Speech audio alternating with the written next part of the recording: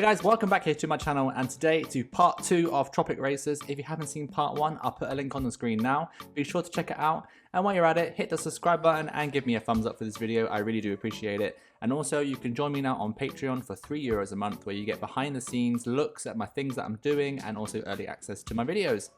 So carrying on with this build, I decided to theme the second launch, give it a bit of something a bit more interesting to look at. Off camera, I did actually do some path colors on the queue line and the pathing around that kind of area, and I did some diagonal pathing as well, which I do have a tutorial about on my channel somewhere. Really simple to do, but I really like the look of diagonal pathing in the game. I think it just makes it look a little bit more interesting, and also some curved pathing is nice sometimes too.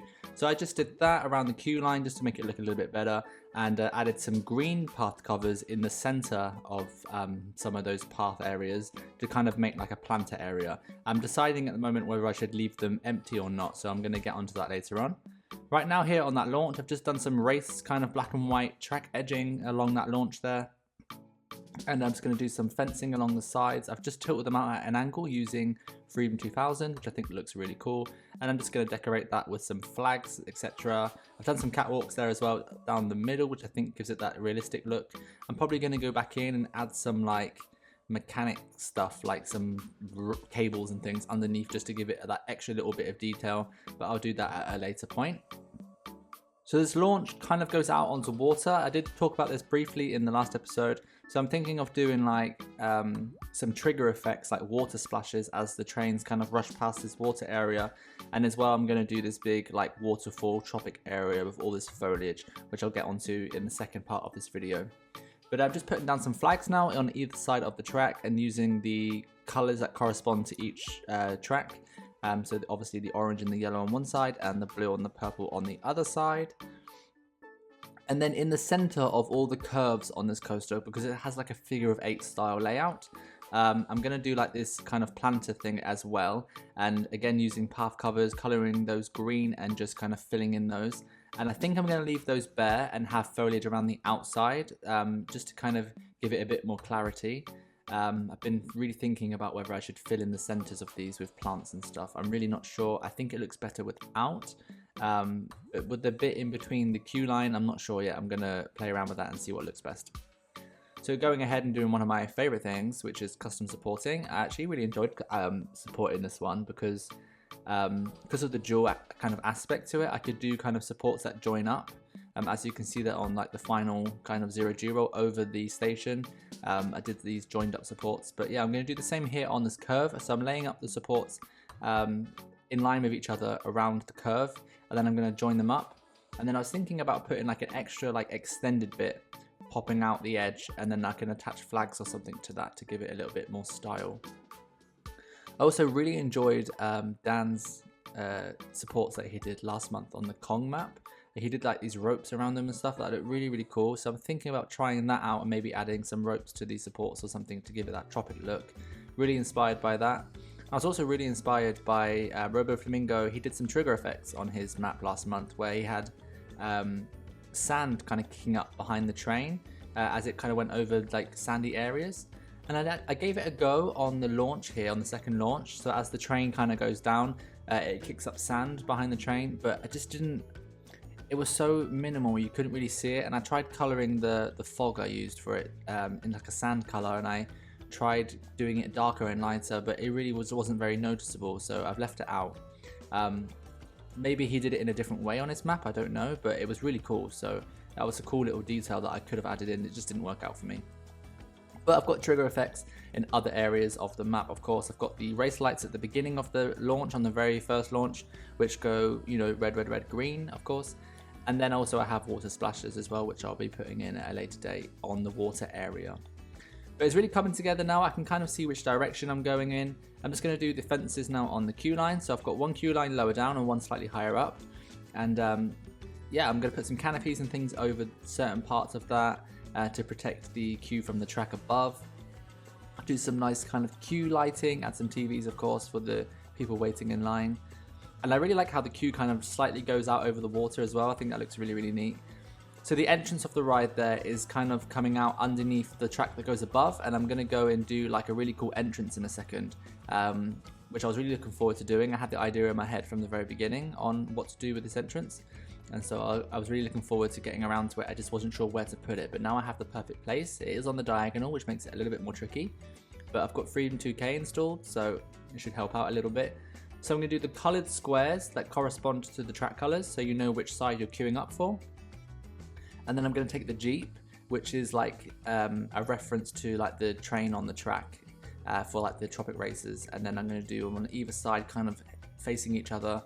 Going to colour those to correspond as well to the train colours. And then going to write some text as well on the side of those Jeeps, which was super difficult because I did the angles for this at 11.25 degrees, which just made it super difficult for me to line the text up because I just got so confused which angle I was on and which direction I was facing, and I was just clicking buttons on the keyboard. We got there in the end. I've lined them up. So we've got Tropic races there written on each side of the like dune buggy Jeep thing on top of the entrance. Put some smoke in between the two cars as well to make it look like they're bumping into each other. And I think that looks really, really cool for an entrance. I really like it. I think having like a really cool entrance for your rides is important. It gives the guests like a really clear view of where to enter for the ride, and it just looks cool as well. You often see at real theme parks that like the big major attractions have a huge marquee outside of their rides. I'm thinking of like Fury 325 and Leviathan, the two Giga coasters. They have this really cool kind of like bit outside the ride that has the name of the ride on it with some theming, and the same with Banshee as well, that has a really cool one. A lot of rides have that kind of thing outside the ride, so you can see what the name of the ride is, where you queue, and I think it's important, and it's just, they look good, so yeah. And I've seen people come up with some really cool ideas on Parkitect for like kind of ride marquees. Astrotron springs to mind with his current kind of American Adventure Park that he's doing. He's got some really cool entrances for his rides on there that I've seen, and I've seen other people as well on Reddit and stuff post really cool kind of ride marquees. So I've got this like extra effects mod installed, which is really cool. It gives you some extra water splashes and stuff. So I'm using those to give this waterfall area like a really clear animation to see that it's kind of like rushing water. And I'm basically just putting down water, putting down some effects, and then just kind of tying them up with rocks and clearing up those edges so it doesn't look too square. And this will look really cool, I think, once I've done it. I'm just going to fill in the gaps in between all the rocks as well with some kind of tropic foliage and give it like a really cool look. This will kind of be like the nice tropic water area of the map. The rest of it's going to be theme park, trees, coaster, and then this corner bit over here is going to be the nice water area. And I was deciding at this point whether I should continue the water kind of down towards the edge of the map, because at the moment it's just in this back corner, and so I was kind of playing with that idea, and I do actually end up extending it out. I don't know if I do it in the video today or not, I can't remember, but it looked better continuing it out, and it kind of filled in the gap at the bottom, because if you remember in the last episode I tried to put a flat ride in that bottom left hand corner, and it just wasn't a good place for a flat ride. It was weird, the coaster kind of blocked it off, and it wasn't a good position, so I'm just trying to figure out what to do there instead, and I think doing a nice kind of watered area would be nice, so I might continue this down. Something that irritates me a little bit in this game is that the like waterfall pieces that you can put down don't like go right to the edge. So if you have one meeting water, then there's always like a little strip of grass, so I always fill that little strip in with splash effect, which kind of fills it in, but it's a little bit annoying. I don't understand why those pieces don't go all the way to the edge on a slope, but who knows why. There's probably a very good reason why. So now I'm going in with some foliage, and I've taken the Max Freak Foliage Essentials. I've got both of his Foliage Essential mods, and oh, that was a mouthful. And yeah, I'm just going in, picking out the ones I think look somewhat tropical. I don't have much knowledge on trees and bushes and what is and what isn't, but I'm just kind of using the ones that I think look tropical. There's like a banana plant here that I've used, so that looks cool. Just going in and basically just filling in the gaps and just making it look somewhat even and spreading out those bushes. Having all the rocks in one corner, like here, was a little bit like, it kind of drew focus a little bit. So what I've done is I've placed some more rocks across the map, but kind of randomly placed along the edge of the coaster and stuff, just to make it look a bit more cohesive. Otherwise it was just like this super random rocky corner and then nothing else on the other side. Now I'm going in with some big like droopy trees and some palm trees and stuff to like make this area look super tropical, which I think looks really cool. Haven't got much experience with playing with tropical theming, so this has been like really fun. I've really enjoyed doing it. I just need to figure out what to do next. So I'm going to be doing like a restaurant, I think, in the next episode, and just need to think about how I'm going to do that, and going to look at some references on Google as always. But I hope you've enjoyed this video. Thank you for checking it out. Don't forget to subscribe and give me a like. And also, I've put some screenshots here at the end of the video just so you can see a little bit more clearly without the time lapse what I got done today. But thanks for sticking around and checking it out, and I'll see you all next time for another episode. Bye!